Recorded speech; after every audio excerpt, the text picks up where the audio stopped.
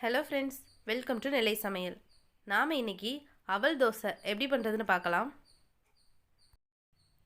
அவல் தோசை பண்ணுறதுக்கு ஒரு பவுலில் 1 கப் அவலை வாஷ் பண்ணி சேர்த்துக்கோங்க.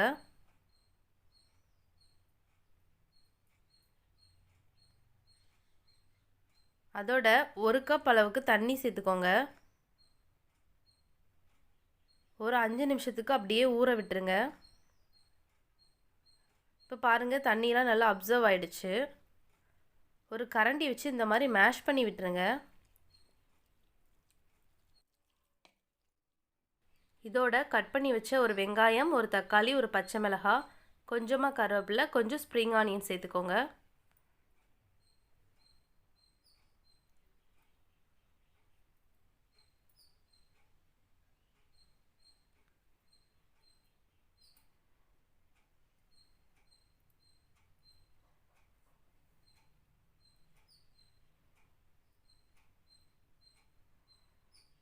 கொஞ்சமாக தண்ணி சேர்த்து நல்லா மிக்ஸ் பண்ணி விடுங்க.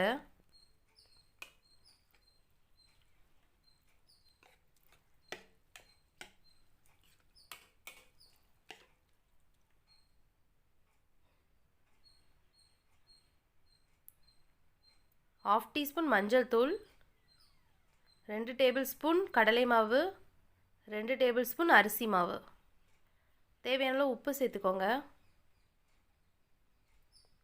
ஒரு கரண்டி வச்சு நல்லா மிக்ஸ் பண்ணி விட்டுருங்க.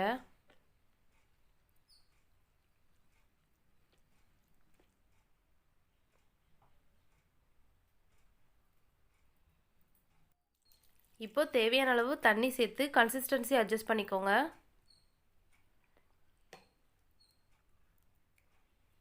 இந்த பதத்தில் இருக்கணும்.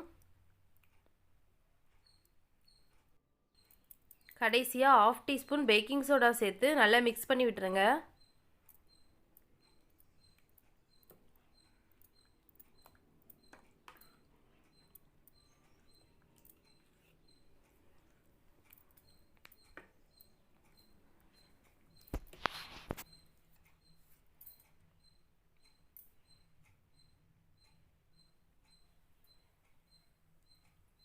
ஒரு பேனில் ஒரு கரண்டி மாவு சேர்த்துக்கோங்க. ரொம்ப பெருசாக இழுத்து விட வேணாம், இந்த மாதிரி குட்டியாகவே இழுத்து விட்டால் போதும்.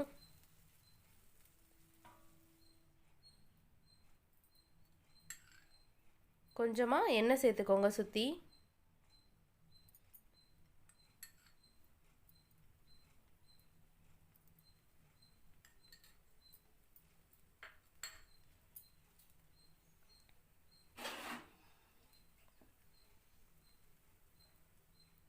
ஒரு மூடி போட்டு 3லேருந்து 4 நிமிஷம் குக் பண்ணிடலாம்.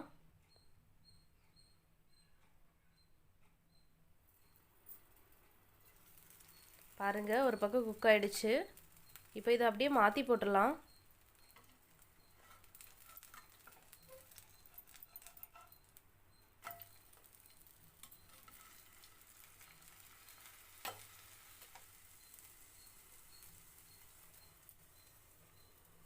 ஒரு மூடி போட்டு இந்த பக்கத்தையும் 2 நிமிஷத்துக்கு வேக வச்சிடுங்க.